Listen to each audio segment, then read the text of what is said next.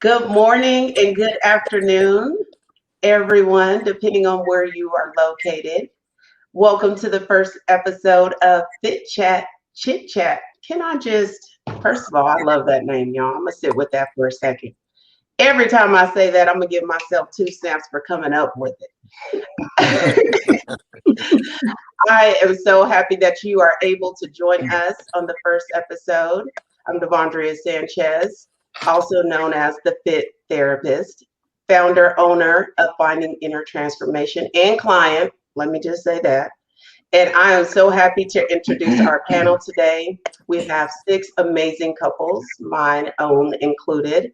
So I'm just eager and ready for them to share their experience, give strategies, talk about the realness of being married. And we are not here today to even front as though it is not work, because marriage is work.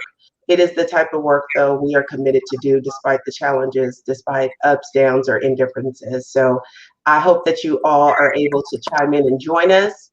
If you are married, thinking about being married, came out of a marriage, or desire to be married, put your feedback and your questions in the chat. Please let us chime in. Let us be able to answer those questions.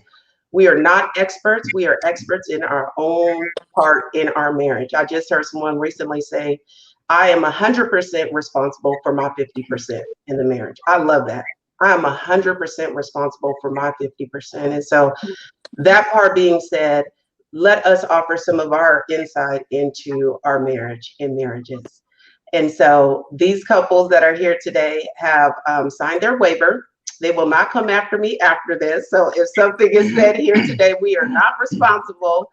And I'm just going to guide it, and we're just going to have authentic conversations. So with that being said, if you are watching this post, so you're watching the recording, please still feel free to put your comments and your questions and your feedback in the comments section. We will definitely come back and answer them if we get an opportunity to do so. So we know marriage is a sacred union between man and wife or partner. I do not want to be exclusive. So I want to be inclusive to all types of marriages. With that being said, we're going to go around, introduce ourselves, and we're going to dive in. So I'm going to start by tenure in marriage, and that brings us to the McDaniels. Good morning, everyone. My name is Eric, and this is my beautiful wife, Angel. We've been together for 33 years. We've been married for 31. Thank you. All right. Am I introducing or are you introducing us? It looks like I am. So I will introduce myself, Devondria, and my husband, Tyrone Sanchez. And we've been married almost 19 years. Almost 19 years and together 20. So we was fast at it. Let me just tell y'all. Don't judge us. We was fast at it. We just knew it was go time the moment we locked eyes on each other. So that being said, who's next? I guess us. My name's Jeff. This is Jen. We're the Millers, and been together for 15 years. Been married for 14 years. Yeah, got married 1 year after the day we met. Yep. So we didn't mess around. I appreciate that. All right. My name is Andre Sanchez. I am the more handsome younger brother to Devondria's husband. This is my lovely wife here, Daisy. We've been together for 14 years, married 7 of those. All right. Next. Hello, everyone. We're the Jacksons. My name is Jack, and this is my beautiful and lovely wife, Shonda. We've been together 11 years, and we've been married 6 of those wonderful 11 years.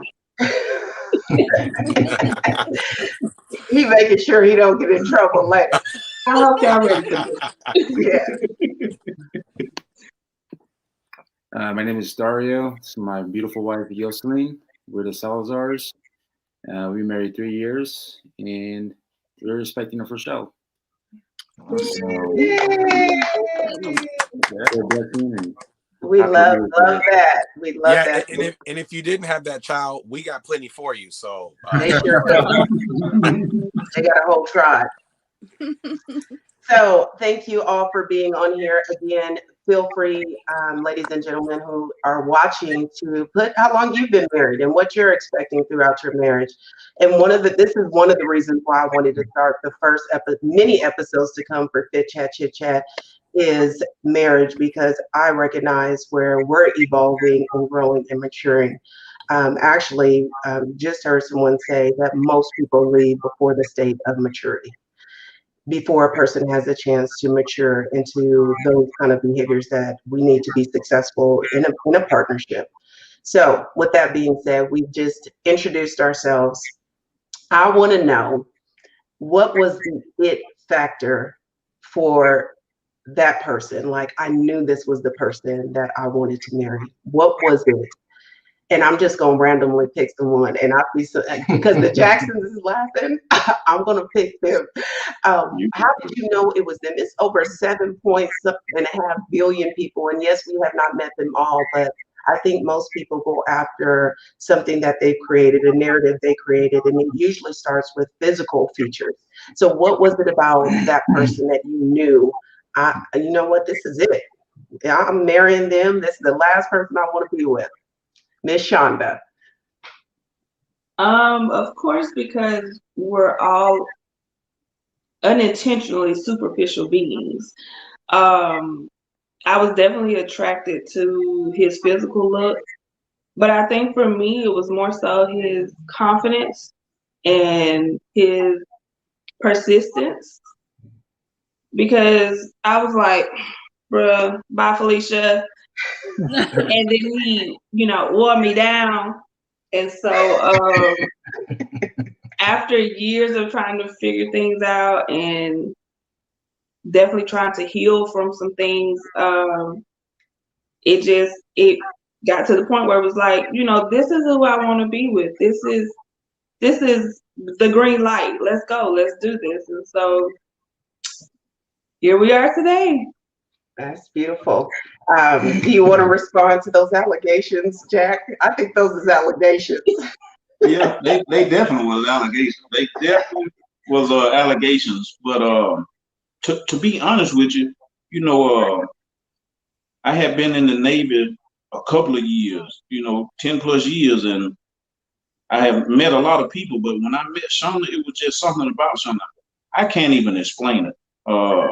It's just a knowing that I had never knew before I even knew Shonda.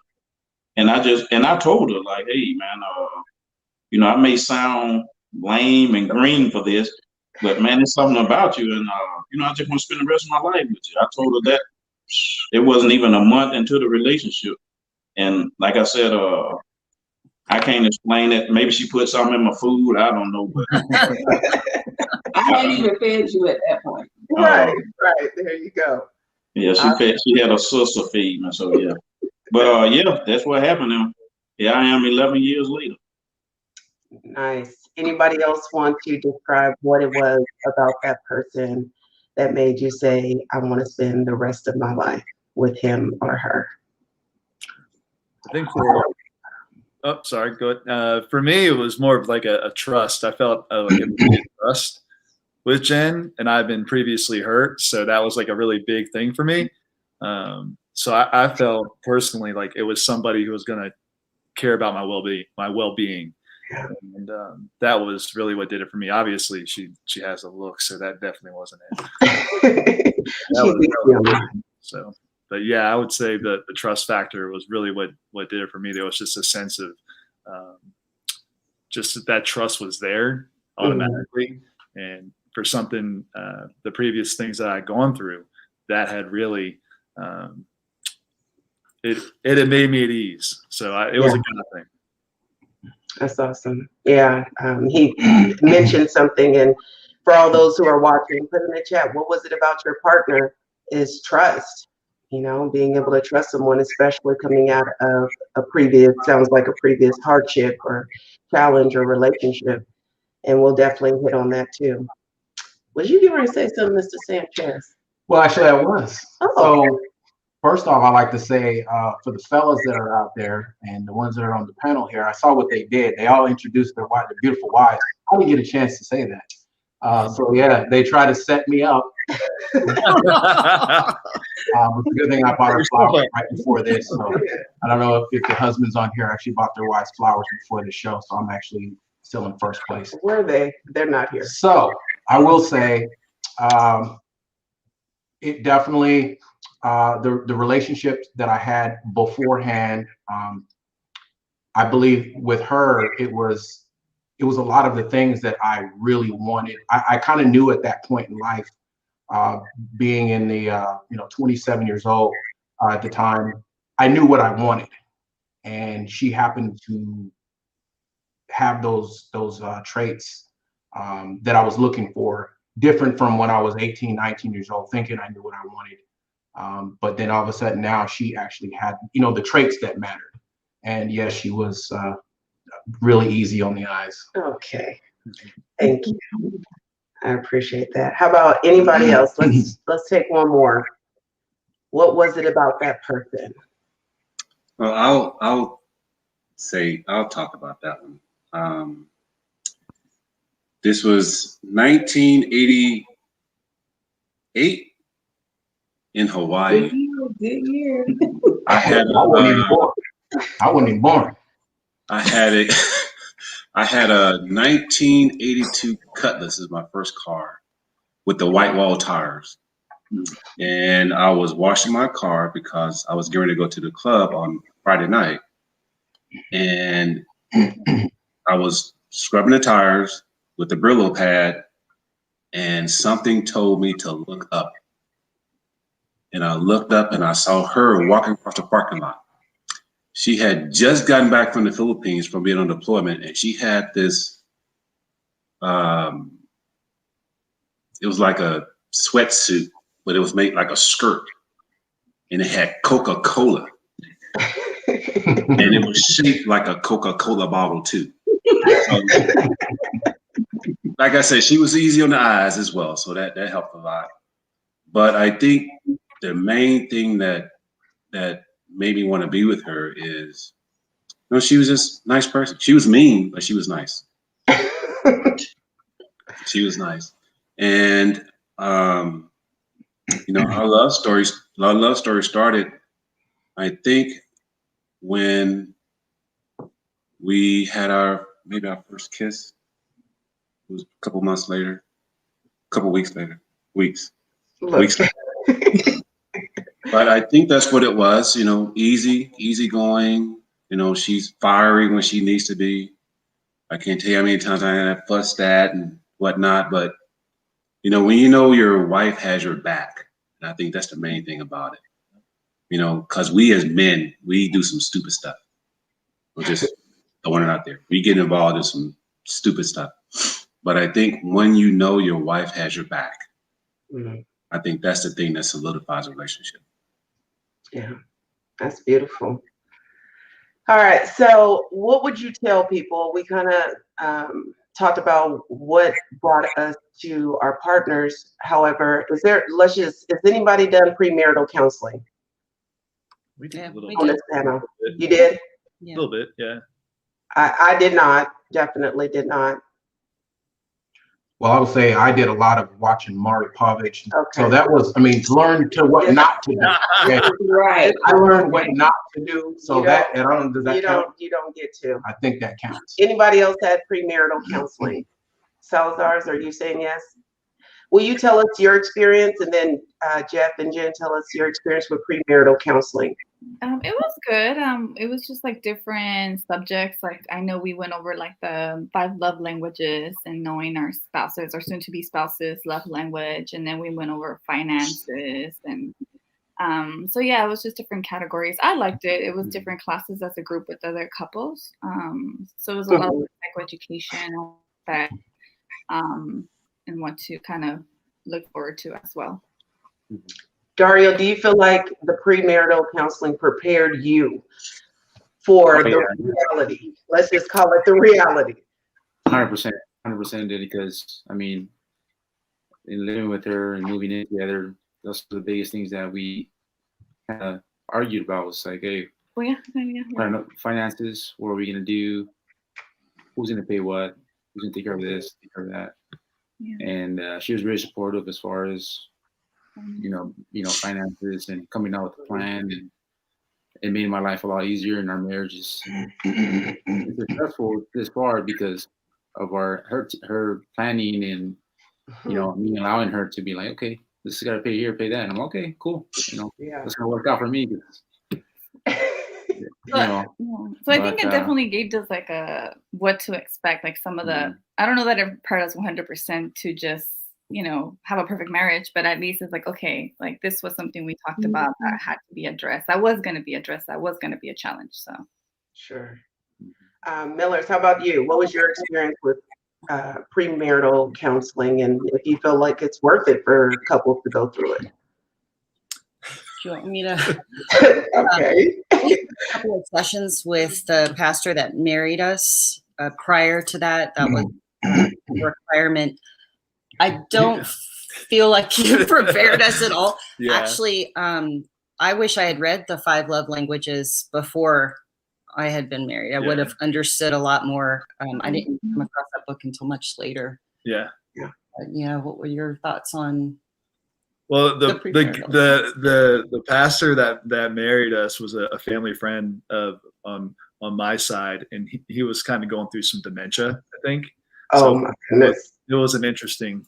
It was an interesting. Yes, our ceremony was interesting. It was funny. Like, it was. We're gonna have to bring that marriage ceremony on here just to play. I'm interested. What was it? Didn't he think that we were like in like it was a.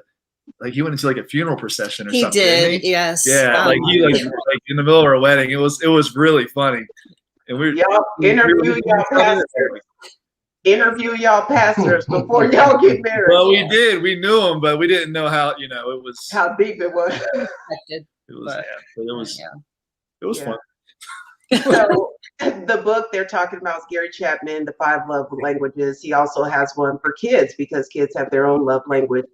And I love it. I love the concept of love languages. However, I feel like there's some that don't get addressed. Love language. I think every individual has a different love language. And yes, we can tie it to quality time or gifts and all those things. But what if your love language is something that's not in that book? It doesn't really allow room for that. And so I think couples kind of establish their own rules, whether they're conscious or unconscious. They have those. Put in the chat, you all, if you believe premarital counseling work for you. Okay, so here's a big one, and I just want your level of vulnerability with sharing this experience. And I'm going to probably start with the Sanchez's just because I haven't heard them speak yet. What did you see in your own childhood that in couples that you think either prepared you or did not prepare you? And so that's probably one of the things that I would ask is, what did you see as couples, whether you had a 2-family household, whether you're in a single parent household, and how do you feel like that's impacted your marriage, if at all? Well, I definitely can say that I did come from, for the most part of my life, married, the product of a married couple, my mom and my dad. We lived middle class, and we did see some great examples of what parents should be like, because, they were providers. If they did have a disagreement in front of us, it was never physical. It was never really even that loud, to be honest. From my recollection, my brother might be able to either verify or not verify if there was something. But from my perspective, I think me having a pretty sound childhood and seeing the man roles. My father was, a provider as well as my mother. But, did the man roles, changing the oil, also doing laundry, also showing he can clean. He's an Army retiree. So seeing that, kind of being imprinted on me as a child has definitely helped me out in my marriage in terms of, what roles that I want to be responsible, right? My 100% of my 50% of the marriage type thing. So for me personally, it has really, I've always had a blueprint on, what a man should be doing to be the leader of his family and to respect his queen and to think about future planning and to create that environment of stability for your spouse and your children. So I think my upbringing has been very fortunate for me. Even though my parents did divorce, by the time they did, I had already learned many valuable lessons, either from their example or sometimes the example of what I don't want to do in my marriage. Just like we all take bits and pieces of that when we raise our children. We take bits and pieces of what our parents may have did right or may have done wrong, and then you incorporate that into your strategy, because we all know there is no rule book for parenting, and especially not for being married. so Yeah. that's my 2 cents on that. Yeah. How about you, Daisy? Do you feel your own experience, which may or may not be different from AJ's experience, has impacted your marriage? Well, the difference between our experience was that I came from a different total upbringing than he did. So I struggle with that, and I'm still kind of struggling a little bit, but I'm working on it. But he's very helpful, so he's always got my back. It's beautiful. Thank you. Anybody else want to share what they seen growing up and believe it to impact or not impact where they are right now? I think the biggest thing that I've learned is, like, as far as watching my parents growing up, is that they never gave up, and that was the one thing that always stuck in my head, is that even though they did not get along all the time, so it was kind of crazy in our house sometimes, but Jesus was always in our house, and there was a lot of love and a lot of grace, but it wasn't, like it was a little bit different. Like, I got my butt whipped, if I did something wrong. So, like, it was, some would argue it was good and bad, but whatever. But that was the one thing that I took from it. The good thing is that my parents never quit. That was the one thing that I would say was a big influence for me. And then as far as, learning things, what not to do, like, I've learned over the 14 years we've been married, the things that my parents did or my dad did that necessarily wasn't the right thing. And Jen's been deprogramming me over 14 years.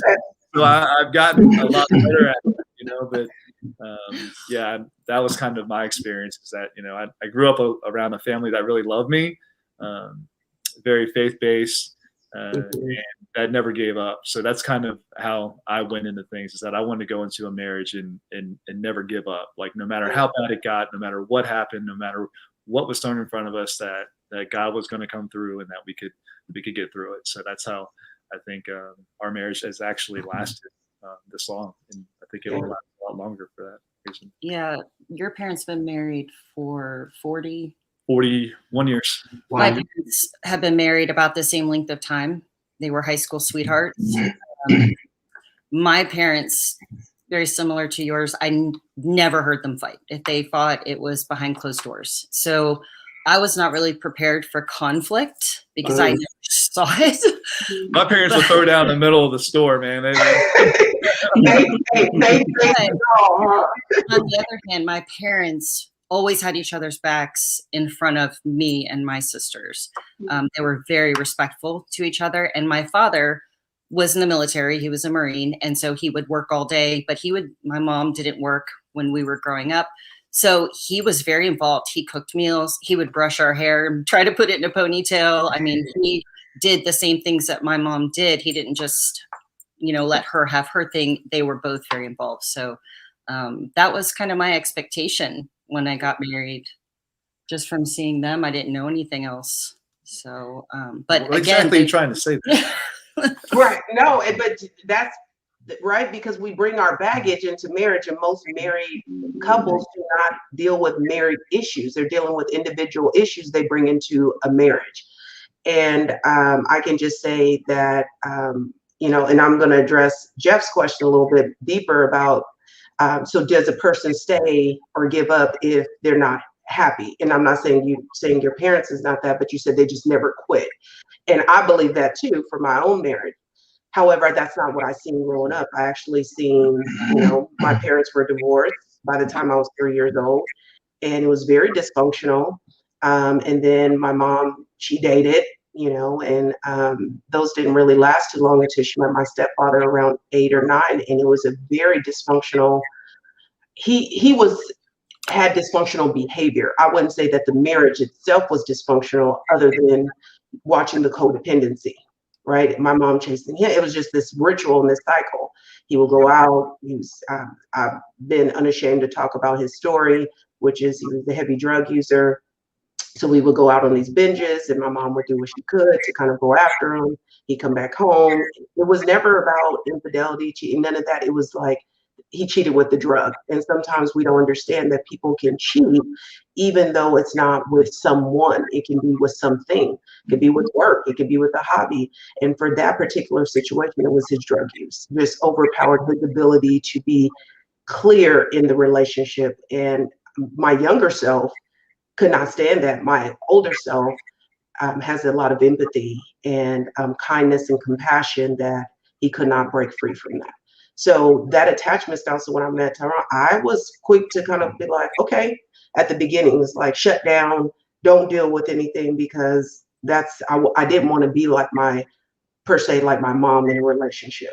So I didn't want to have to chase someone down, do those things. I was like, you chase me. I laugh because our first real major blow up, we still kind of laugh about it, is I left expecting him to come after me. That brother didn't come after me. You hear me? I called my friend. I was like, is my phone working? She's like, yeah, he ain't coming. Man. He ain't calling. I wasn't that one. And I wasn't used to that, because we all come from our perspectives. So I pose this question for the rest of you, because I think it's important. What we see growing up definitely plays a part in how we move through the relationship. And if we're not aware of it, we can repeat patterns. But when we become aware, it allows us to, I think AJ said it, is like, I wanted to do some of these things differently. So anybody else can kind of take, what did you see, and did that play an impact? Angel, I think is. So for me, I just wanted to say real quick, I had a Christian background, and so a lot of the stuff that we do now, even now, is based on what I've seen growing up and from the Word of God, because Corinthians addresses marriage and what we should and should not do. But I won't say that I knew how to apply that. And my mom was married several times. So it impacted me negatively because her first marriage was abusive. And I didn't know that was impacting me until my second year of marriage, because I was hitting my husband. So it was more of me always being on the defensive and me striking him. And he would leave. And then I would be on the floor saying, what did I do? And then asking God for forgiveness. And then when he would come back, I wouldn't want to ask him for forgiveness. So it was a process I had to learn. I mean, it really took a lot of self-reflection and realizing what I had gone through, and also talking with my mother to realize what I had witnessed predisposed me for being abusive. I mean, I didn't realize it. So it negatively impacted me, even though I had a positive role model in my grandparents, who were married for more than 55 years before my grandfather passed away. I didn't realize that seeing that negativity with my mom, even at the age of 3, she left at the age of when I was 4, but all I saw was embedded in me. And I thought I had to always protect myself, because if he raised his voice, I thought he was going to attack me. Yeah. Angel, you spoke on so many things. One, thank you for just even sharing that, because a lot of times we look at the man, oh, he's raising his hand or he's doing something. I was a fighter in my relationships prior to Tyrone, and it was that protection. And we didn't even know we were getting triggered until you start doing that self-awareness, that self-analysis, and being able to confront it, which is a very vulnerable place. It's a hard place. And it can happen, it can change. So for me, kind of like what I was just saying, is it went from physical before to verbal defensiveness. And I'm still working through some of that on some days, if we're being completely honest. So thank you for sharing that. if I could add something on there as well, even for the couples that are watching, I think one of the I'm going to use the word scary thing is that we can definitely see how the impact of us growing up gave us the bar, right? That was our normal. And so I'm really thinking about all those families out there who did grow up in what I think the majority of us here consider as a dysfunctional family, right? Let's say that's a family where it's the husband he grew up because his father told him that the wife doesn't back talk or the kids need to operate a certain way. And so to him, that's the bar, and now we've got somebody who's out getting married now and they're continuing on that trend because they think that that is the right thing to do. It just happened to, and I'm going to even use the word work. It happened to work in their growing up, but it doesn't make it right. But it just goes to show you how, different backgrounds and like Dee mentioned, the baggage that you bring into it. There's a lot of, I think there is a really big need for premarital to show you what maybe society says is the norm and where do you measure up to that?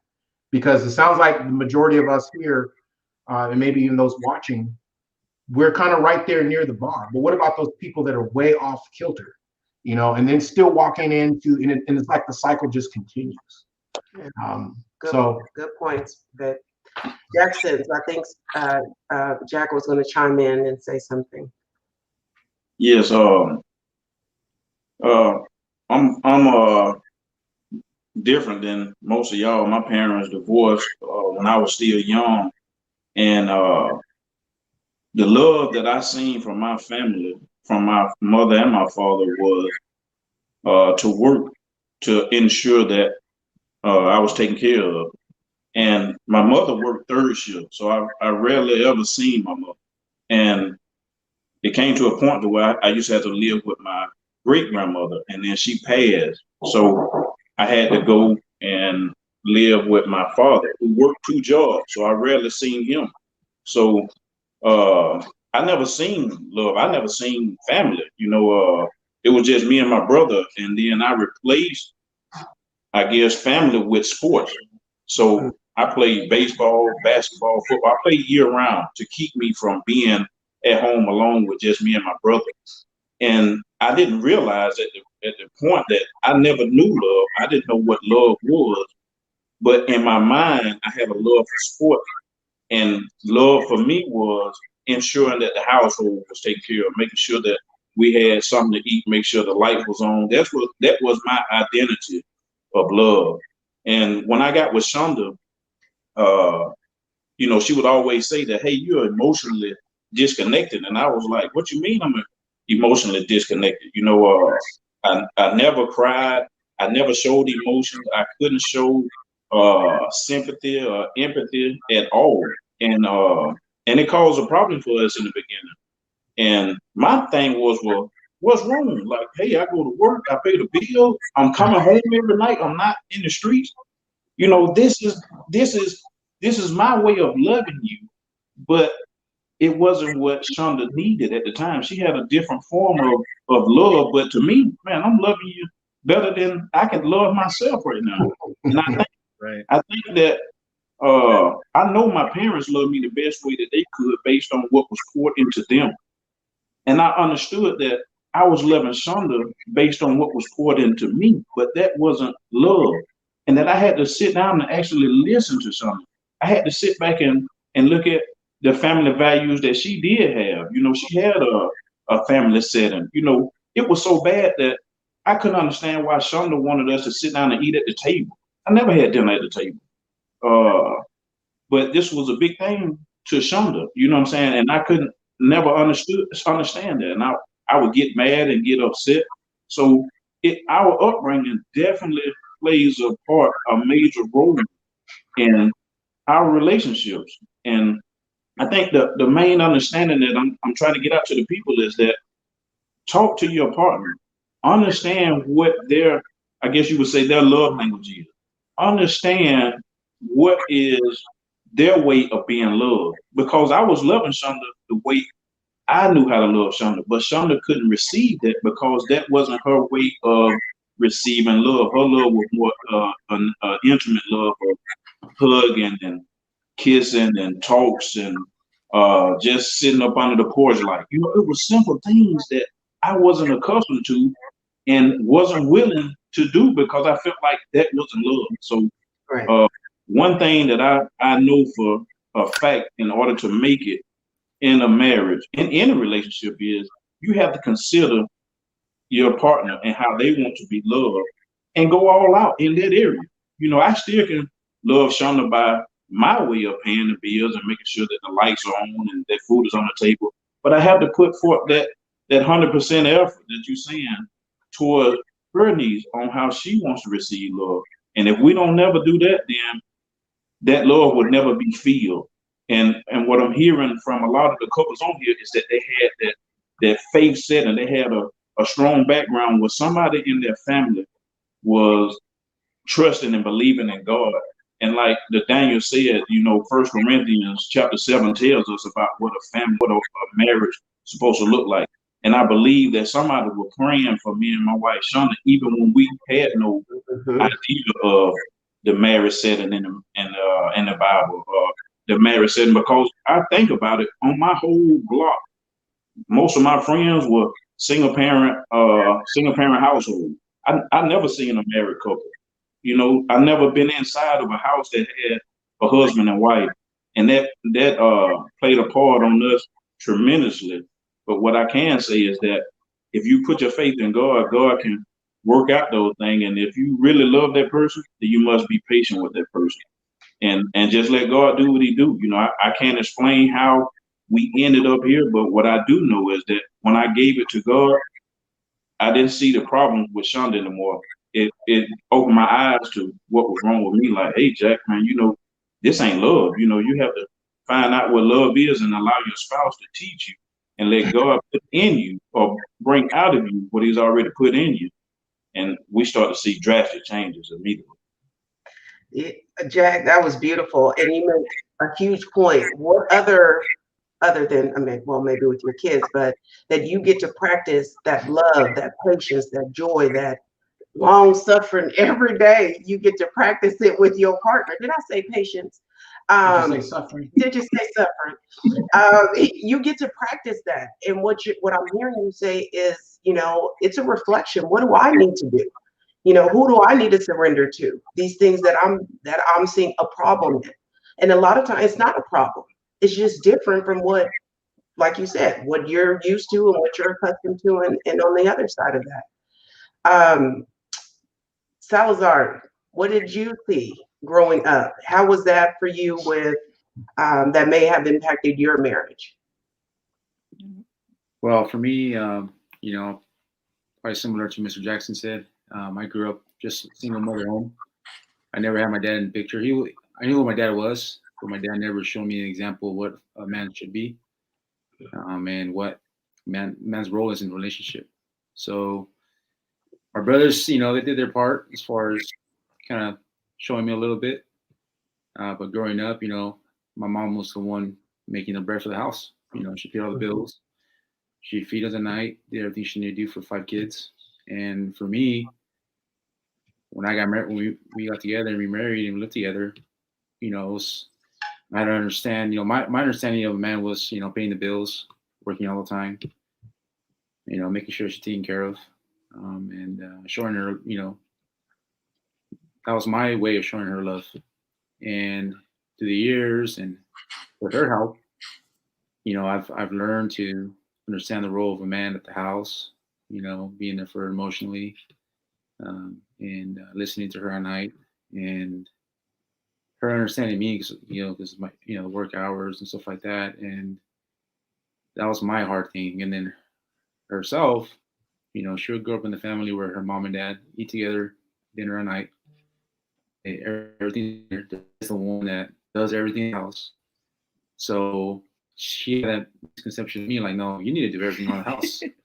You have to work, you know, all week, you know, for yourself too, and then you come home and you got to do everything, you know. You gotta clean, you gotta cook. You gotta clean, cook, everything. And I'm like, okay. So, you know, we've gone better, and it's been a teamwork effort, and I think now we've gotten to a point where she understands, my role and and how I'm improving myself, and she's doing her part, and we've gotten better. But definitely our upbringing makes a huge impact in marriage, because I never had that example. So I had to kind of make my own example based on, listening to other married couples and, my own experiences, and kind of, bringing that all together and making it work for us. So. Yeah. He said it all. Okay. So, right. I mean, we bring that in, and I think we see that. So I'm just going to rattle off some statistics that kind of speaks to it, because I think if we were to allow ourselves to quit, right? Jeff kind of said it's like, not just bearing it, but actually not quitting. I mean, that's work, to not quit on something that's very challenging, because I think that's what our society is used to. And so with statistics like the first marriage, 45 to 50% success rate. Divorce is 50% in your first marriage. Second marriage, 60%. By the third marriage, 73%. With those kind of statistics, it just makes you think about what was going on with that couple. And then when you think about the age, within 20 to 25 years old. Well, what's going on at 20 to 25 years old? Right. Priorities are different. Priorities are different. What else? I'm just still learning how to put the tissue paper on right. Still, she ain't figured that out yet. She ain't figured that part out yet. You're right. But, Jeff was kind of alluding to a good point. Priorities are different. I'm not the same person as, 42-year-old, almost 43 years old. I'd asked Tyrone how old I was the other day. I'm 43 years old. I'm definitely not the same person. But if we're not giving almost the invitation, permission from self and from your partner to expand. I was just listening to someone said, if you don't allow that partner to grow, to expand, then that container is going to either crack or it's going to break. Yeah. It's going to break. And I think what's happening is we get to a point of this maturity, but we think that the growth or the evolution of the person, because we're all going to grow and evolve. I mean, there's just no way we can get around it. Right. And even though some of those behaviors that may remain stagnant, there's still a different level of season that people will go into. And if they're not given the space to grow, then it is going to break. And so I know for my husband, he can probably speak to this, and I don't know how many others on the panel that were married before, but how has the first marriage, let's just say, when we're thinking about the 50% rate, I know we defy the odds about the second marriage. Do you feel like that first marriage lended any skills, any strategies, any differences in behaviors that you now know for this one is different? I do.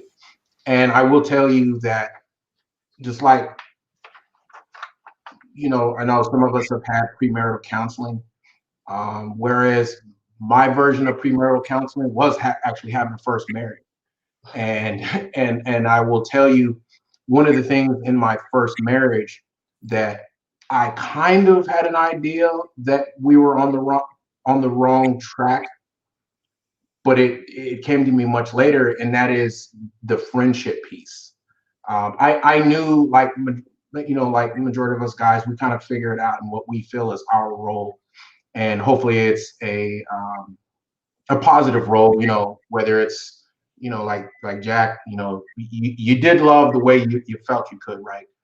You paid the bills, you did those things. I was that way as well. But where the game changed for me was I didn't know about how important it was to have your spouse as your best friend. And I knew this was an issue because at times I would hear people around me talk about, my wife is my best friend. And in my mind, I was like, yeah, no, my boy Leon, that's my best friend. Just as good as my wife. And I felt that, and I started, but I kind of knew at that point, I was like, why isn't she my best friend? I didn't even know how that was put together. And so I can tell you my experiences in our relationship. Really leaned on the issues, the things that I could have made better with our relationship. So I knew not to get upset. You know, like when she mentioned she would go more verbal or whatever. I learned my lesson. For my first marriage, I probably would have engaged, right? Things did get physical at times. I knew this go around here just wasn't that serious. I knew how to back up. I knew how to let her breathe. I knew how to, I knew how to adjust. And I think given her, because I knew who I was at that point in life, I knew she still had to figure things out for herself, and I was able to do that. But the most important thing is that I can safely tell you that this is my best friend now, and that is a major difference from my first marriage, because she was not my best friend, and because things change. I think we mentioned age 25. Around 25 is definitely different than when I was 18. You know, I just saw life on a different way. But I can tell you the biggest thing that I feel like we have going for us now is that we're best friends, and it's okay that best friends fight, right? I tell people all the time, D and I don't really fight. We actually have more skirmishes. That's just what it is. It's just a situation that just popped up, and it's mainly her fault. Okay. Anyway, so and you actually bring up a very good point. And if there's someone else that would like to chime in, I just want to say this: John Gottman, who is like the guru of marital therapy, talks about it's not that great couples don't fight. It's just they fight fair. It's how they fight. And it should start off with a soft startup. Because then if it's a soft startup, you can kind of see where it can go in the end. And, keeping our foundation of keeping Christ and being compassionate and being forgiven and graceful and merciful. I can tell you though, he must have knew, because he made it very clear. Anger, not NC. I mean, because we were going to have these emotions of anger. We were going to have this rage. We might have some of these things, and you got to be able to put that to the side when emotions come in and we get flooded, because that's what happens. We allow ourselves to get flooded. This is when the attacks start happening. And then, for any good friend, we don't feel good afterwards. And so I know for us, and we'll move into that conversation in a little bit, is like that communication piece. When we started working on that and really doing our own work, woo, let me just tell you, look, I had to bring that back one more time. Like my grandma, woo, it made a difference, because they're not the enemy. Right. And as long as we don't focus on, and one of the things I said is, especially with couples who keep having the argument over the same thing, we're missing it because we're focusing on content. We're not focusing on that person's feelings were hurt, or we disagree and we want them to, or control, because we want them to believe what we want to believe, because what I believe is right. And we're missing that underlying piece, which is I'm not getting a need met. You're violating my love language, or all these other layers that happen. So you make a good point about that first marriage being a little bit of a practice. And I'd like to chime in too a little bit, if I could. Now that we're back, technical difficulties here. With something that my brother said about being friends, best friends, and obviously leading, that would be the precursor to that would be great communication, in order to, because like we all have good friends, and we all find commonalities in when we have a best friend or a good friend that's outside of the marriage. But yeah, it's always been kind of something in the back of my mind, as well as what my brother was saying when I was younger, like, how can a woman be my best friend? Which is, that also comes a little bit from the discourse of society, because even if you watch today, TV shows today, you've got your spouse, but then you've also got the outside, environmental forces of friendships that are not the marriage, which a lot of the times end up causing problems in the marriage. If that level of communication and bonding between the spouses isn't there. So I definitely think I didn't learn it the same way that my brother did from a first marriage, even though I was married, 21, thought it was the right thing to do in the military. Let's get some housing type thing. um, but, just being young, right. And making those decisions, but moving forward, it's kind of been a wonderful journey. And we talk about it all the time, how, we are best friends. And the little jokes that we have is when an outside force, tries to seek our attention or wants us to come hang out. You know how friends are, hey, come over, have a drink, or stop in or whatever. It's funny how as a couple, and you guys, some of you might relate to this, how as a couple, since you are best friends, you're like, nah, we good, we're gonna stay in. So you're gonna do whatever, a white lie or whatever. Hey, no, we're busy, whatever, because you want to be with your best friend. Your best friend is right here, you know. So I just wanted to chime in on that and say that it is very important for your spouse to be your best friend. And if you guys aren't best friends, that doesn't mean it's the end of the world, but maybe take a look back and why you're not a best friend to each other. Because I don't know, call me crazy, but I like having the person who wakes up in the morning, goes to sleep at midnight, and basically around each other 24/7 to be my best friend, because that helps me to find my strength. I'm one of those people that gets my energy from my environment. And so definitely I could not be the provider, worry about the lights. We own our own company business. We do a lot of work with Fit, my brother and Dee. So I definitely couldn't focus on those things without my best friend by my side at all times. Every great man is only great because he's got a great woman in his life, and vice versa. I have a quick thing that I want to add to that, if that's okay. Yes. The couple that prays together stays together. Come on, Jeff. Together stays together. So do you remember the first time we? Yes, I do. And that was a challenge that when we first, right when we first got into ministry, that was a challenge that one of our pastors gave to us, and it changed our marriage completely. And I can give that. That's like a little nugget for anybody watching this: is that if you feel distant with your spouse, start praying together.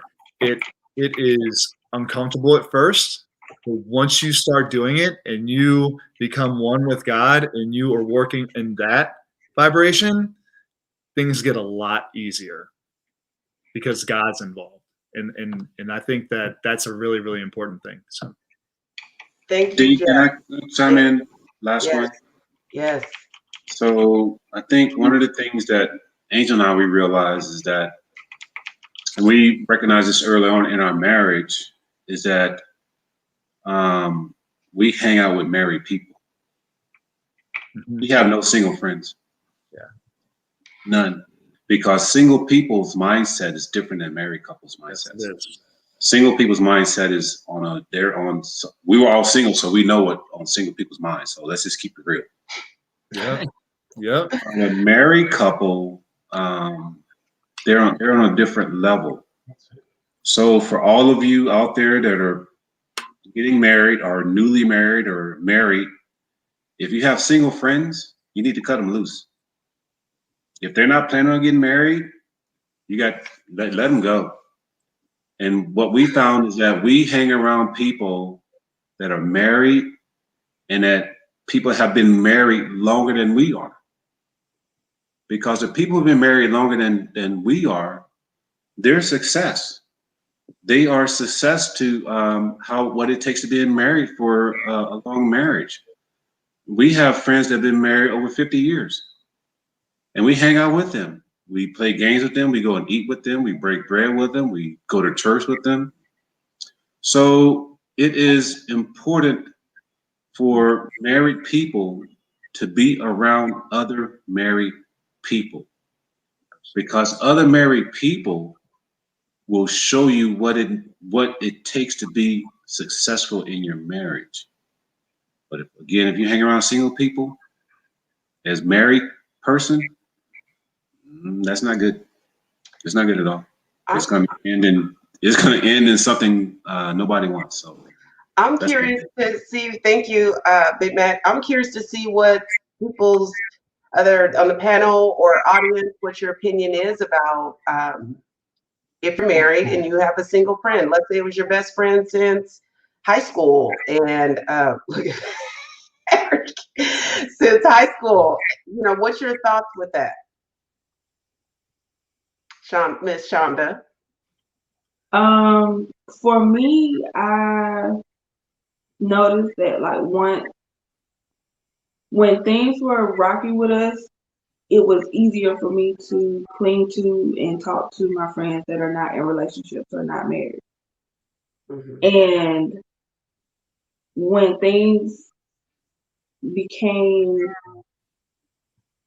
I don't want to say perfect, but when things got really good with us, I noticed that we were drawn more to being around people who were married, who were in healthy marriages, and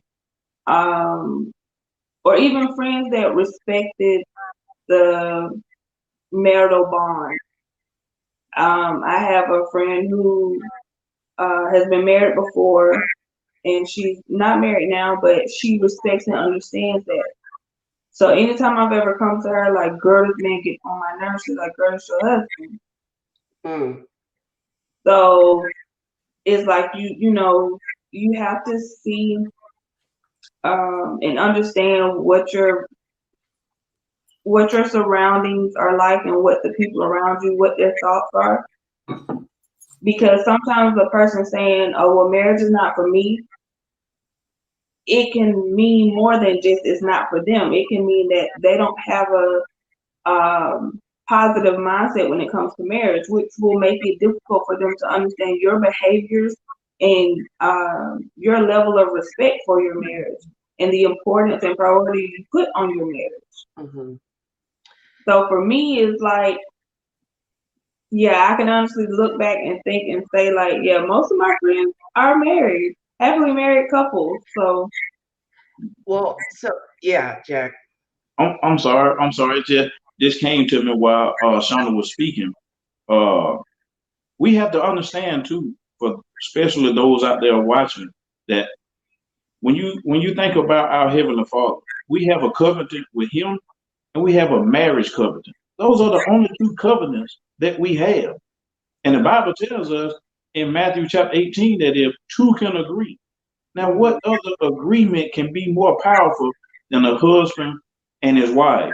Yep. And the enemy is going to always try to attack that.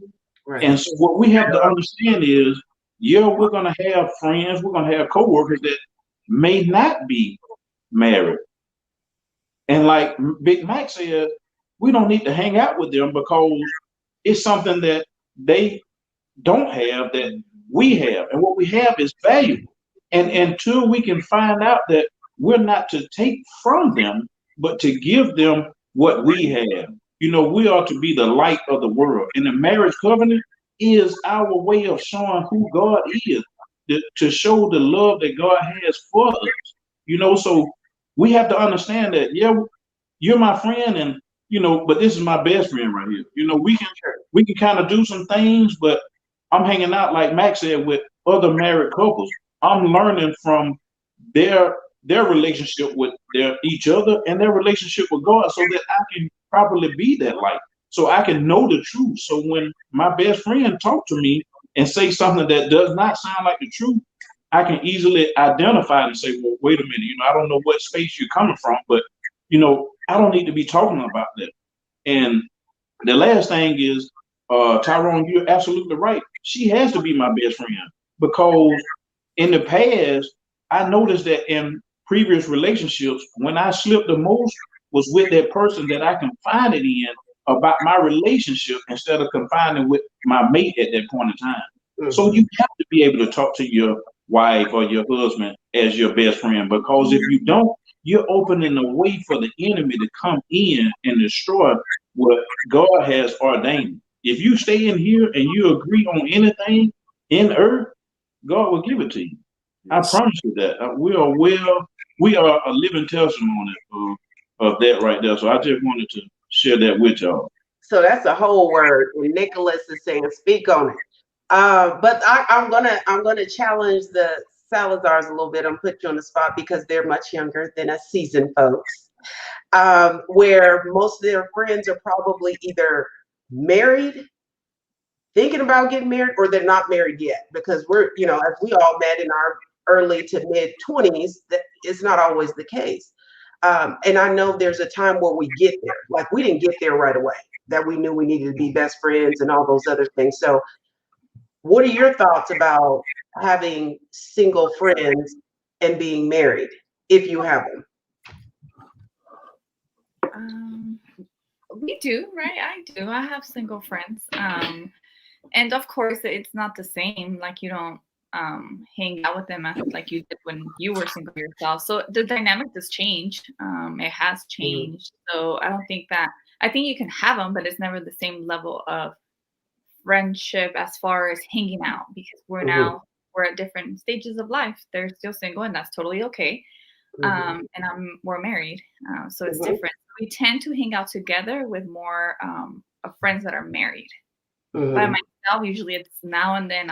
If it's a birthday, I'll stop by and hang out with the single friends. But it definitely does change. But I think you can have it, but at the same time, it's limited, not the same. Yeah. I think for me, I still have my some of my boys that are single, because obviously we're younger. But anything that I do with them, it includes her. Yeah. I never go anywhere them by myself with them, because I know that what their mindset is, and I'm not going to put myself in the position to jeopardize anything that I have with her.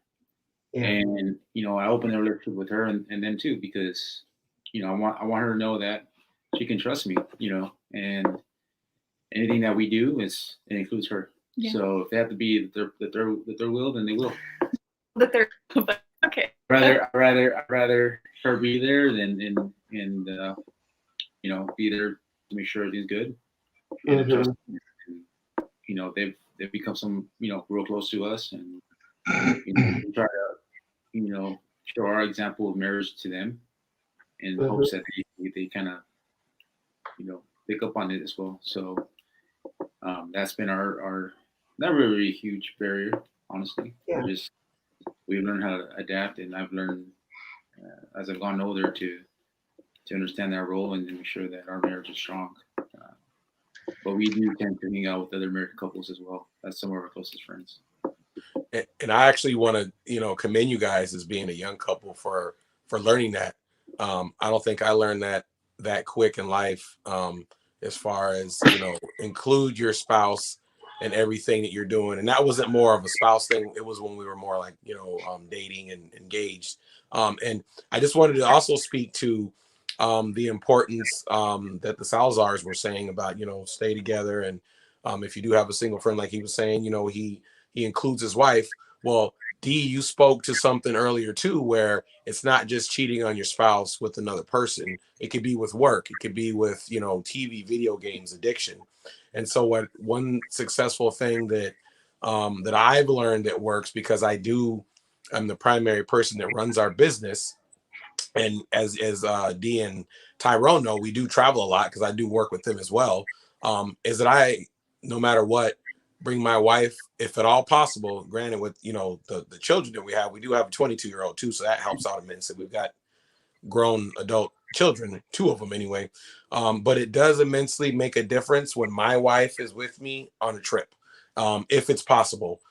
That's another one of those things where because a lot of the times you see it all the time, work is the wedge, and then work does unfortunately sometimes open up those vessels within us to allow the devil to try to enter through for whatever reason, because work can be a distraction. Work is time consuming. A lot of us are married to our work, so to speak. Obviously shouldn't be, more important than God and your spouse and your family, but sometimes it happens because that is, a human imperfection, where we are trying to achieve something and don't realize that work may be something that is actually consuming your time. My wife and I actually, before we bought the house we live in now, spoke to a lender. And if you remember, he said that he was great at his job, but his marriage failed because he was so great at his job.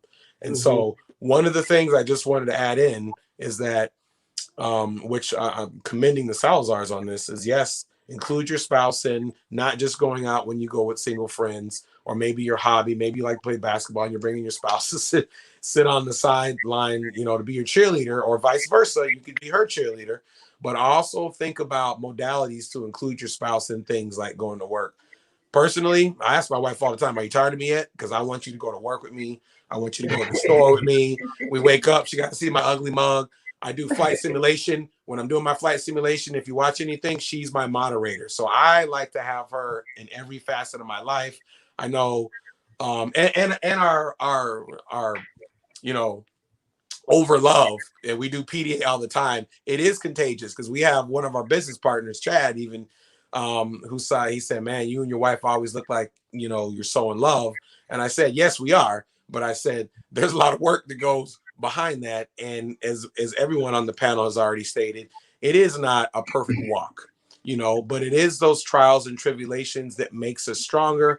You know, for what doesn't kill us makes us stronger. And if we make a mistake, that's okay. We're human, but we should grow from that and figure out how not to repeat that the best that we can. So again, soapbox, commending you guys, Salazar's spot on. Include your spouses in as much as you can. And if you're not wanting to do that, then you need to take a step back and look at why that is. And I would I'd like to interject a couple things there. For one, again, hat goes off to Dara and Yasmin as well. And I would tell you, look, my single friends that are exotic dancers, I'm going to call them up today, and they're no longer going to be my friends because now that I know that it's another trick. So I would say for these couples that are listening, and even the couples that are on the panel, and I like what Shonda said, which was, and she may not have known she said it, but other good marriages. And that's important because I think sometimes people hear probably what we said on here, or maybe even it's just a feeling that they feel like they have to be under their spouse the whole time. You see, like what my brother just mentioned, wanting to have his spouse Daisy there every second. We had to grow to that. Like, I want that, I desire that, but you don't have to have that. And I'm going to tell you, you still need a little space. Even though we see being each other a lot more lately, we've been calling each other two peas in a pod. But you still got to have space. I mean, look, we're in COVID. We're in front of each other every day in, day out.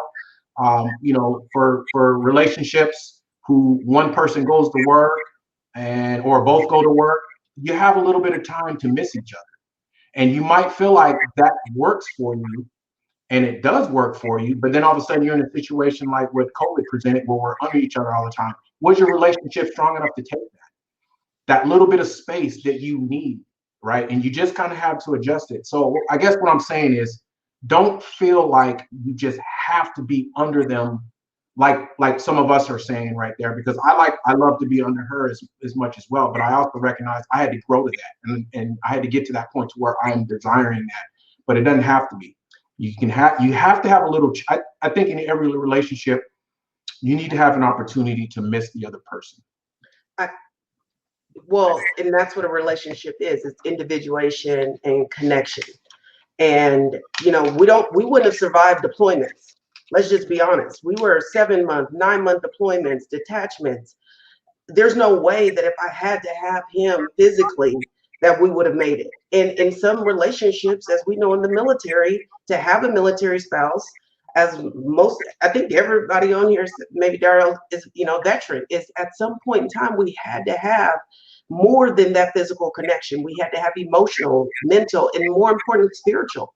God had to be my husband physically when my husband was gone.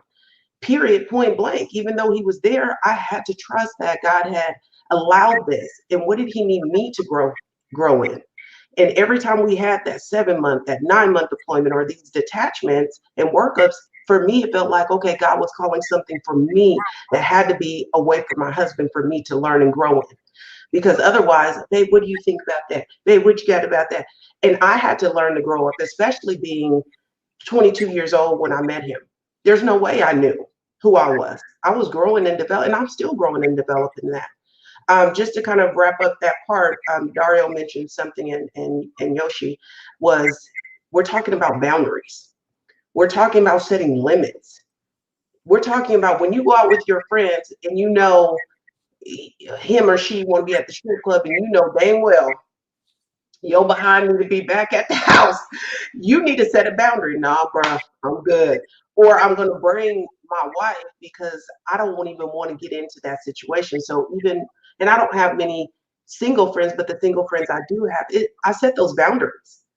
My husband can trust his wife no matter who I'm sitting in front of. He'll make a joke sometimes, say, even if it was Morris Chestnut, even if it was Morris Chestnut. Now I got a camera set up. Okay. And I would caveat to that as well. I know the single folks kind of get the bad rep there, but let me tell you, the other part is you can be in a situation where, as a married couple, let's say there's another married gentleman, right? And he wants to go out all the time because his relationship isn't tight. It can be just as bad as being with a single person because their marriages are not strong. So again, I'm not necessarily picking all in the single, but I think we understand that you can be out and about with another married friend and be just as bad because they don't have the best intentions. So the folks listening have to understand that as well. It's not always a single, and I love what you said. It's the boundaries. You have to set boundaries no matter what that is.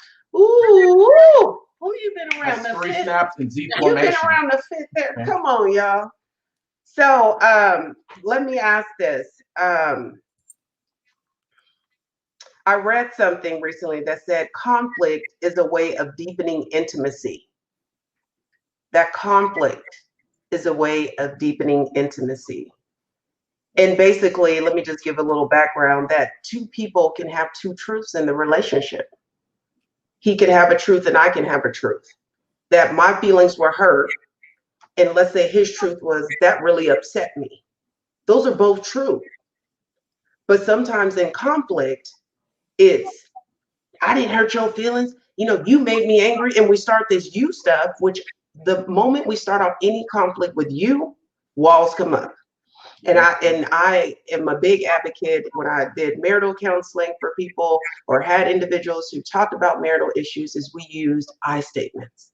Just owning your own stuff. I feel, I want, I need, how I seen it, what it made me feel like, because we cannot make that for the other person. So the conflict deepens is like, wow, what was it that they said or did that caused this reaction? And if we can use that time to, kind of search, what is it about that? Did it remind me of my childhood? Did it make me feel like I was an inadequate person? Did it make me feel as though they're going to leave me? How can I tap into why I was upset about that conflict? Because if you really are able to do kind of some self-analysis, it has nothing to do with the other person, almost 99.9% of the time.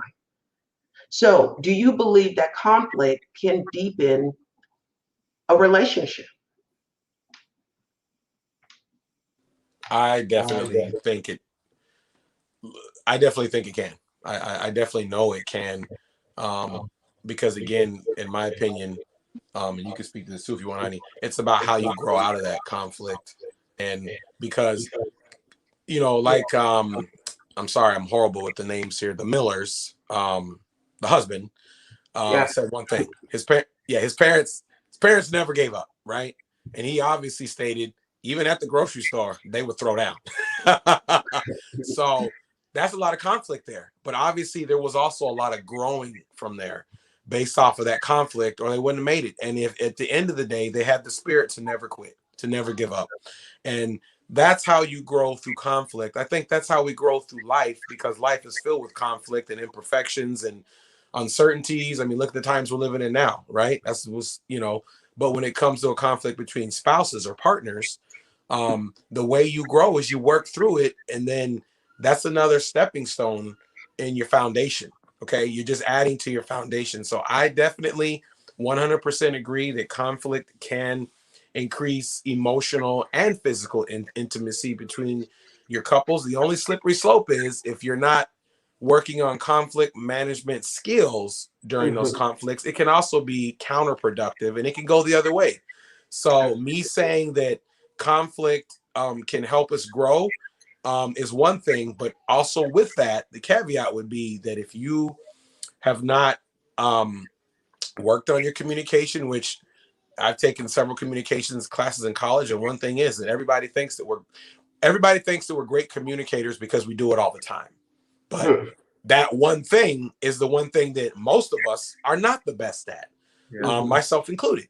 And I've said, "Oh, I'm a great communicator." And then one time my brother said, "You're not the best communicator. I see some things," which is true. That helps us grow, you know.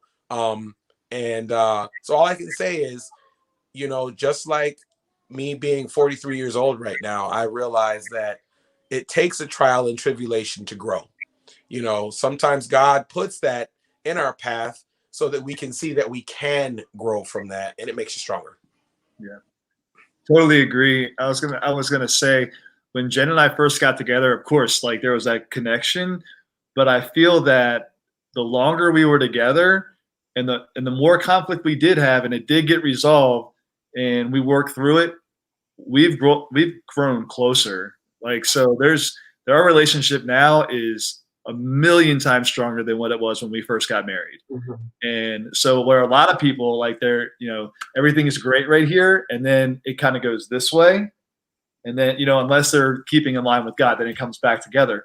Where ours was kind of like, it wasn't, we had a rocky start. We did, but we kept working at it, and through conflict and through our faith and through Jesus, we started coming like this, right? Because we were taking care of that conflict, and that is the best feeling. It really is, because every day I fall more in love with my wife, because I'm like, okay, she does have my back. You know, we did work through this conflict together, whether it's mine or hers or ours together or whatever it is. That definitely makes us stronger going forward, I think so. I think conflict can be healthy conflict in any relationship, family, friends, work. When you have no conflict, I don't think that's necessarily healthy. I mean, when there's no conflict at all, it means maybe you're not invested in whatever it is. But definitely, I would say even this past year, or for us, the past 2 years, which have been very difficult, we have grown so much with our conflict, and learned to not only speak and respect the other person, but to listen. To stop and listen, even when it's hard, is difficult, and to work through that, and to sit there and talk calmly and using I statements. This is how I feel, because you're right. There's two sides to every story. It doesn't mean either one's wrong. It's just from different perspectives. Yeah. But yeah, I definitely think healthy conflict is vital for any relationship. I almost think we should get into a conflict tonight. I'm done. Because I'm seeing a lot of growth here. So.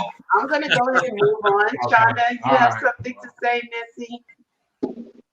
Yeah, just basically for us, I would definitely say that statement is true, because in the beginning of our relationship, I didn't like conflict. I grew up in a home where conflict meant violence.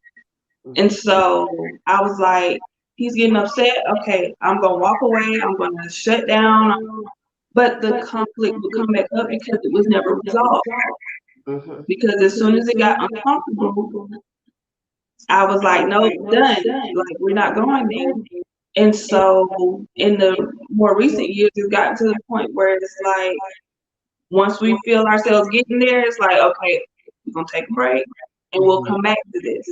If we can get to an uncomfortable level that's not just, I guess you could say, just abrasive. If we can get to an uncomfortable level and still express ourselves in a way that isn't attacking the other person and still get through it, that works for us too. But if it gets to the point where it's like, no, you gonna listen to me, it's like we have to back up and take a breather and say, okay, look, I was dead wrong. I shouldn't have said what I said. I hit below the belt, and I'm sorry. But this is what I was trying to express. And then he can, he can come, he can come back with what his, reaction, or what his feeling is for that, or what his perspective was in the situation. Because a lot of times it's just a difference in perspective. And a lot of times the analogy I like to use is, we ride in the same car, but we're not having the same experience all the time. We going the same direction. We doing this thing together, But sometimes you're on the passenger side looking out the window, and I'm holding the steering wheel driving, and I see all the stuff on the road, and you see all the pretty views on the side, and it ain't the same. And sometimes it's vice versa. We just have to respect the other person's perspective and try and be understanding and compassionate to it. Yeah. And she mentioned, and I'm Angel, I want you to chime in too, is it went back to what AJ said was the skills. And what I'm hearing is, you know, we got to listen more. We got to be able to apologize because we all are going to have different experience because we are different, period.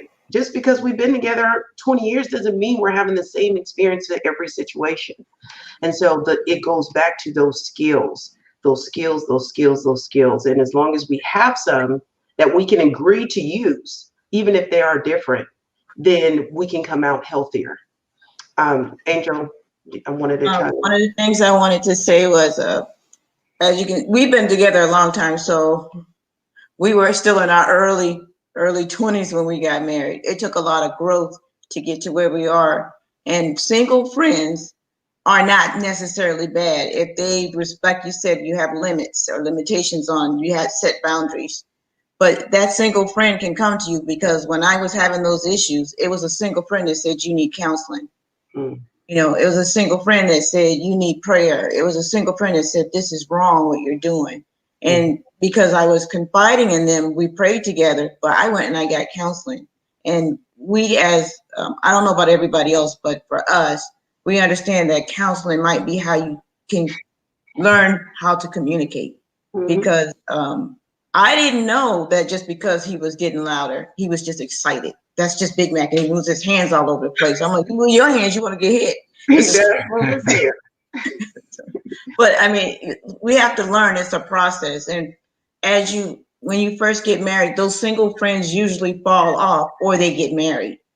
You know what I mean? But if you're not a good example, or you're not living right for yourselves, the two of you, then you're going to attract that which isn't a positive thing. You're going to attract like bodies. Who are you hanging around? Because if you're hanging around people that aren't growing together, then you're going to all fall off together. Yeah. Thank you, Angel, for just adding to that. Did you want to say something? Yeah, I'll say OMG, right? Because I think people are still doing that. The communication piece out there is so important because the skills, let me pick on what the skills are that my brother kind of mentioned. I will tell you that my communication, when we do have conflict, I went through the whole line. I went through the whole getting, raising my voice because I like that I am getting excited. There's other times I'm just trying to talk over. And then there's other times I think I was so frustrated because I didn't know how the best way to communicate with her. And so one of my recommendations, even for us, for those watching, is that focusing on that communication, you may have to look at it in a different way. I might not be the best verbally to communicate with her, and I may not ever be. But guess what? I'm also good at. I'm also good with taking a step back, formulating what I really want to say and communicate, and I write it. Sometimes, because let's face it, just not talking about it is not effective resolution, because it's there, and there are people who hit conflict and we walk away and you don't say anything about it, and then the problem's still there. So I've even gotten to the point where now, again, I'll go in there and I'll type her something, get everything that I'm trying to say, and then send it, and then we follow up and talk about those things there. So that to me is another tool, but you may have to use different forms even at the same time, verbally and written communications, to get across to that person to listen, because then you have their captive attention. And we got to remember what happens biologically in our bodies when we feel offended or feel the need to defend. Our bodies go through fight or flight and freeze for some folks. And so you are trying to manage not only your words and maybe even what you're not communicating verbally, right? It's it's the eyebrows, it's the the shoulder. It's not looking at the other person, but your body is being hijacked by our means to survive. It's our normal way that God created us, unfortunately and fortunately. unfortunately, there's no real threat. Fortunately, we need it when we get that, when there is a threat. But if we don't spend the time to really, kind of have an analysis of what is going on with us in that conflict, then we will start producing that fight or flight, that survival mode, that stress chemical, even when there's no threat. So then the person that you're looking at is no longer your husband or your wife. It is an enemy that you feel what do I do with this surge that's going through my body? And it is real. That survival hormone is real. And unfortunately, we've moved away from, the caveman days with bears and tigers. It's now like, oh, they didn't say hello when they walked in, or my kids didn't get good grades, or I didn't get a like, or, the simple things become threats and they can cause a stress reaction. And so when we do have these conflicts, it's really being able to manage our words, our body language, what our biology is doing to be naturally great for us. We got to manage all of that, because the real need is we want to fight, or some people want to run. And you may not physically do that, but avoiding the conversation, like you said, it goes back to what skills are you going to use? What works for you? So for some people, maybe a timeout. Like we come back to it, we allow. There's a rule of thumb and clinically that says, take an hour, but no more than 24 hours. You should not let a day go by. The Bible even tells, don't let, go to sleep on that with that anger. So we know that we should never allow it to keep festering, because you'll just trip over it. Sweep it under the rug, eventually you'll trip over it. And then maybe for us, I know it's really getting to the point where I'm just staying there, because I will run. I will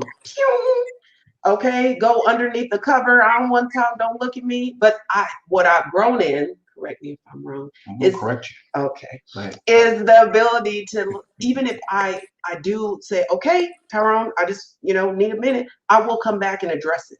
I will come back and talk about it. And even if he's not in agreement with what I need to say, that's fine, because we're trying to search for understanding, not just let me bully you my way and agreeing and nor the other way.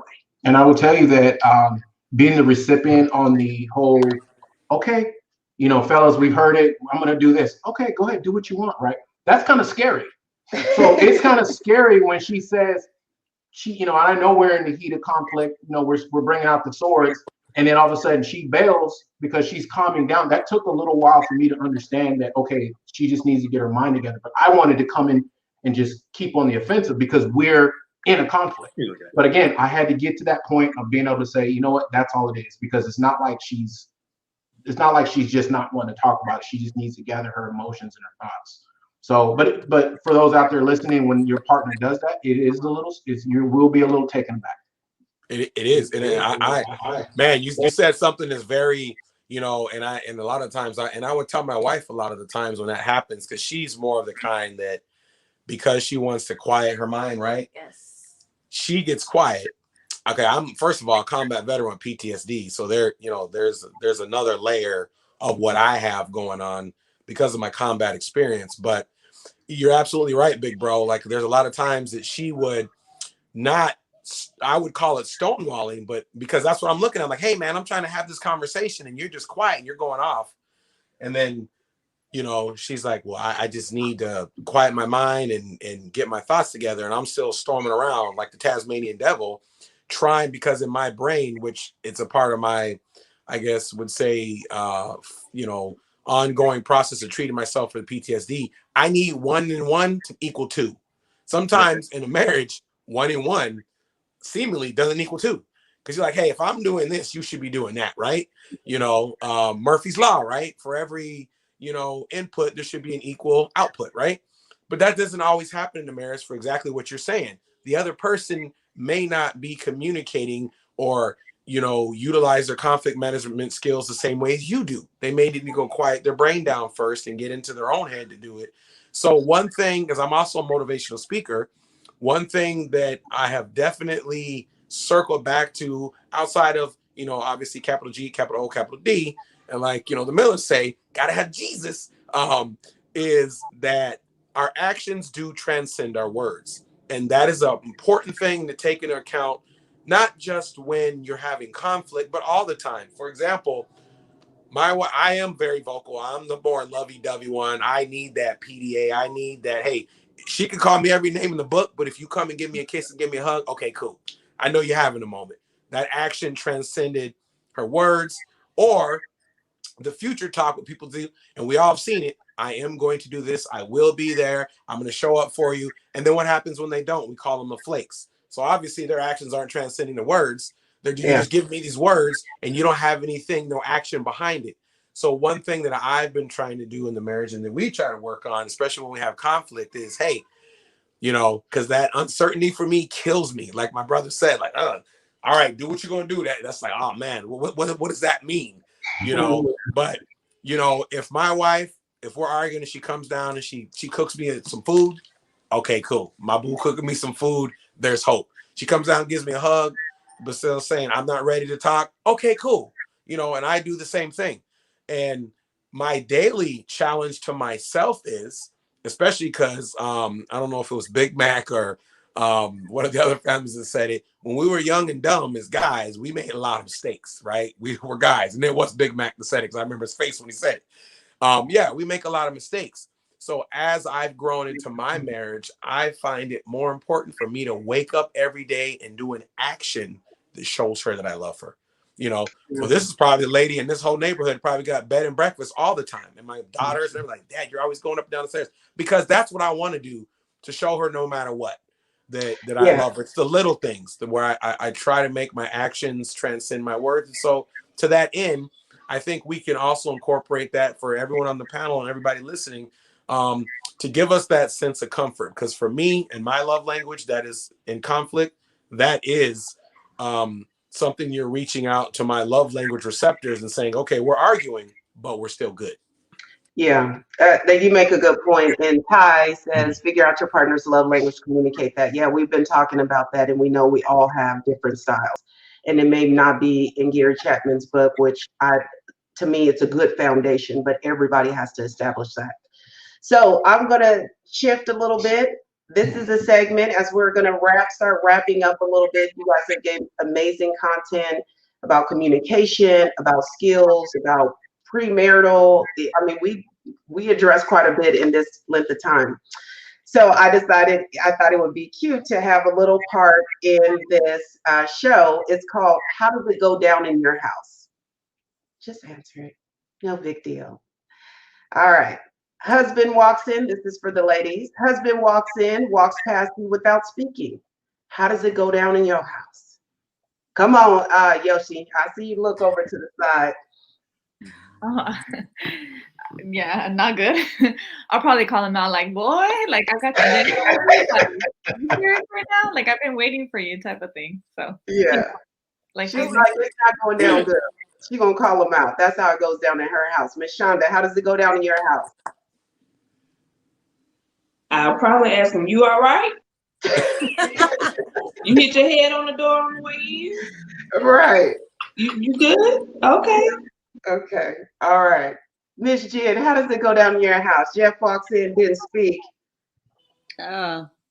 Excuse me? Hello. Okay. Daisy? Yes, we usually, like, if he walks in or I walk in without saying anything, we're always like, hello. Trying to get his attention. Because sometimes we're distracted or we're busy and we come in and, like you just forget that, your husband's there and just give him a kiss. So he's always like, hello, I'm here. You haven't given me a kiss yet. So yeah. Do a little he's very check-in vocal about that. This Angel, how does it go down in your house? I usually ask him, if you mean you can't see me? You don't see me standing here? Right. Nobody checked to see if they was okay. Nobody said, is you all right, honey? Did you have a bad? Everybody was calling them out.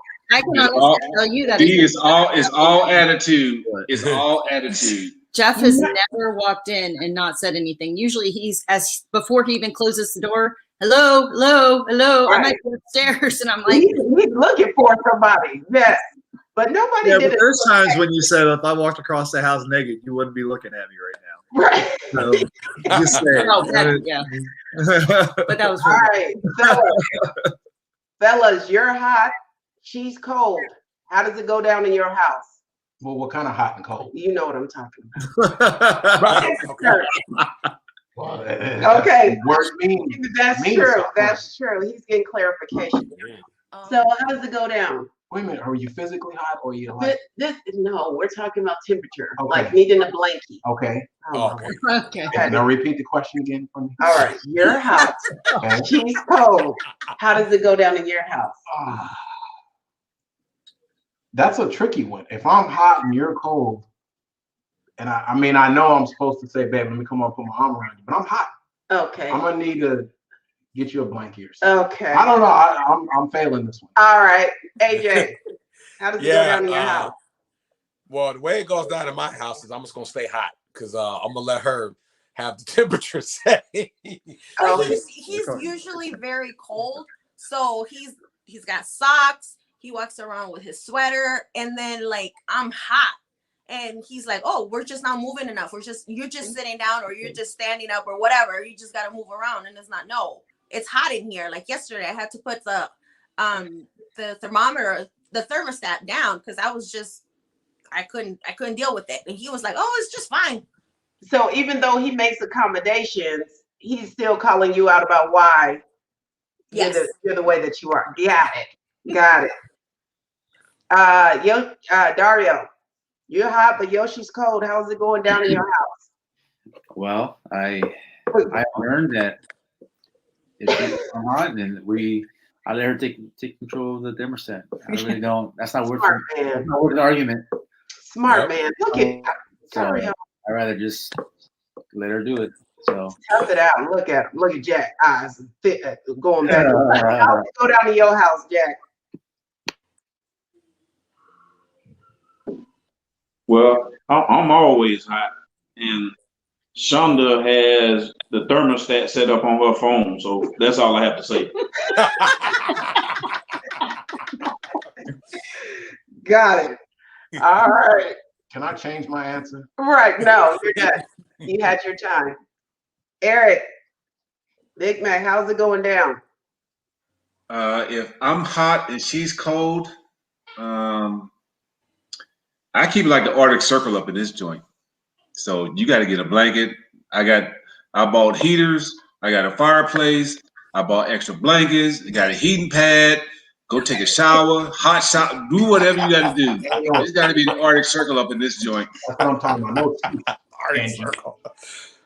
And I got the phone app to control the thermostat on my phone. So yeah, it's gonna be the Arctic Circle up in here. Right. Yeah. How's it go down in your house? We compromise. So if she wants it at like 67 and I want it at 69, we go at 68. And then okay.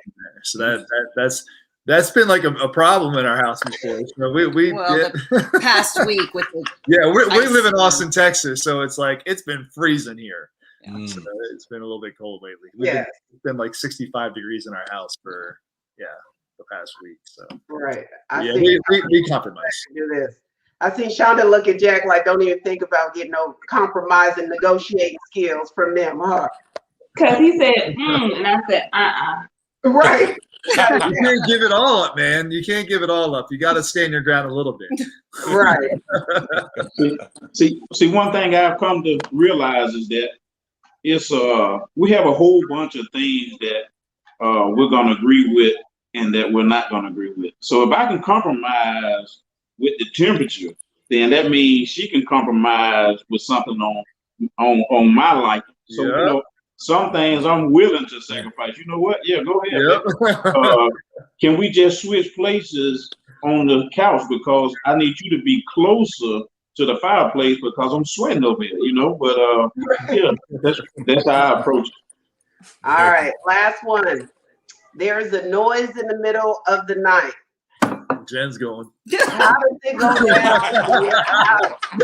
Jen, how does it go down in your house? Your husband called you out. Oh man. How does it go down, Jen?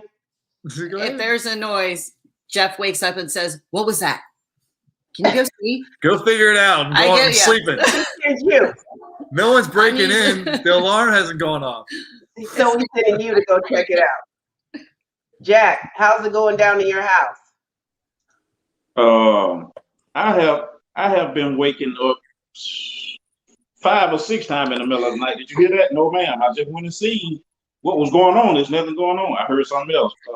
It's not even a, will you please go? I heard something. So I know I must get up and go. It don't matter what time of night, how many times of night it is. But yeah, I have to go. And the sad part is that I don't feel protected when I leave because she goes back to sleep. At least sit up. You know, if something happened to me, you won't hear that. I don't think. At least stay up if a brother come back. Yeah, she don't even wait for you to get back before she went up to sleep. No, she don't even wait. She's already asleep. But he should feel confident in knowing that I feel secure that he done got up and took care of everything. No lie, he just told me last night, you hear stuff outside and expect me to get up and see what's going on. Yeah, because it could be something that can come inside. He's like, nah, we're going to bed tonight. Right. But I can speak to her, laying right beside her in the bed, and she does not hear that. Is that amazing? Right. That's what she's telling. Yeah. Selective. That's a skill set right there, Jack. That's a skill set. Yeah, you're right. All right. Dario, how's it going down in your house? It's a noise in the middle of the night. Who going? She's the one that notifies me, and Look how proper he is. She notifies. we got dogs, so Proper paperwork though. Hey, Dario's a smart man. Dario's a smart man. So once she notifies you, you got to get up. Yep. All right. Sanchez's, how's it going down? Well, let me just say I've been at his house and I was just wanting to get out for a run. This man got alarms, locks that I had to get. I'm sending text messages to get out. I don't remember the code. So whatever the noise is, he's already got it summed up. Yeah, that's a good one. Again, combat vet here, so can't help it. But my baby is for sure to make sure any noise is addressed. I can remember we were still living in Minnesota. She woke me up in the middle of the night and said, "Baby, it's raining outside." Or there's a thunderstorm. Right. I look over and say, "What you want me to do?" That was God's decision. Dear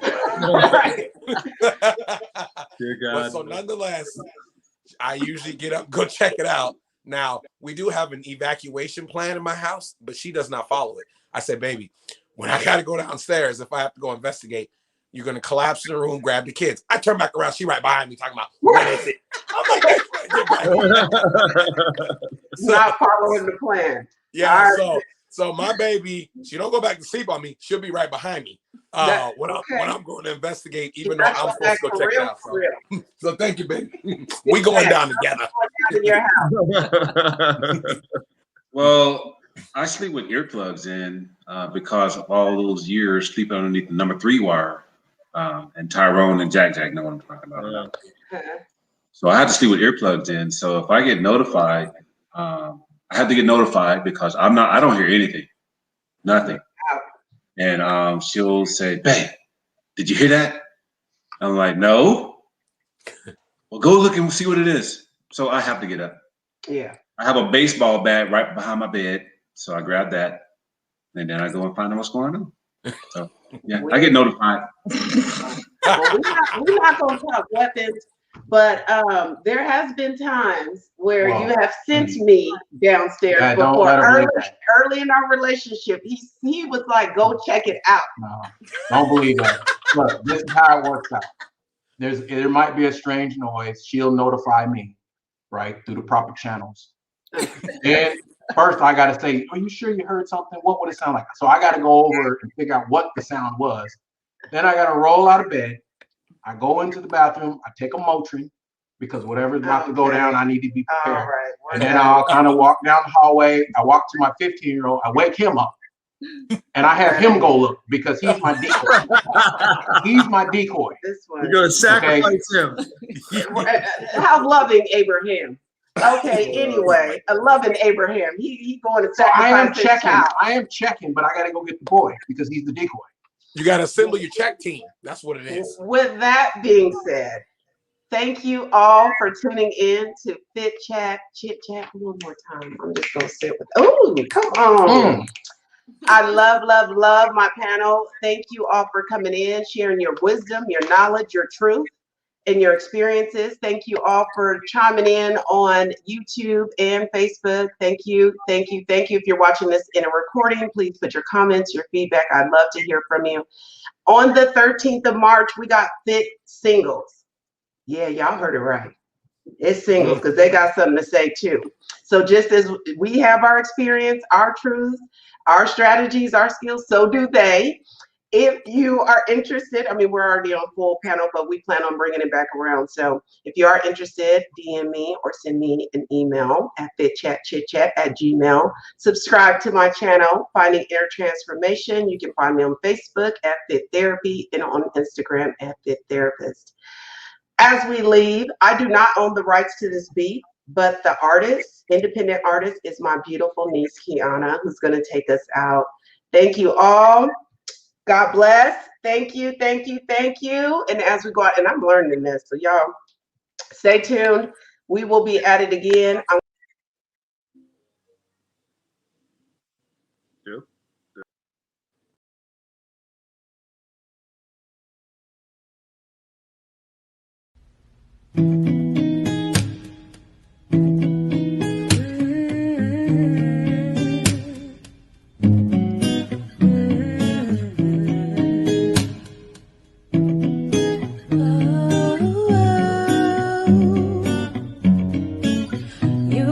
Stressed out, got my weight all up and down. You give me gray hairs, it's falling out. But I love the way that you do. That smile on my face is about you. Am I dreaming? Ooh, I'm steaming. Goosebumps have me feeling.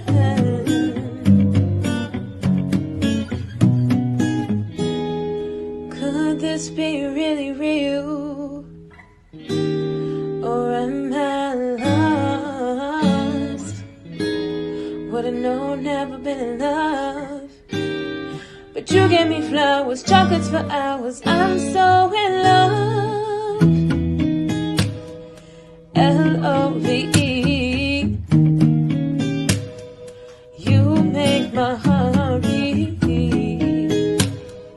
This is that sick love, that hard love, that ride or die for me.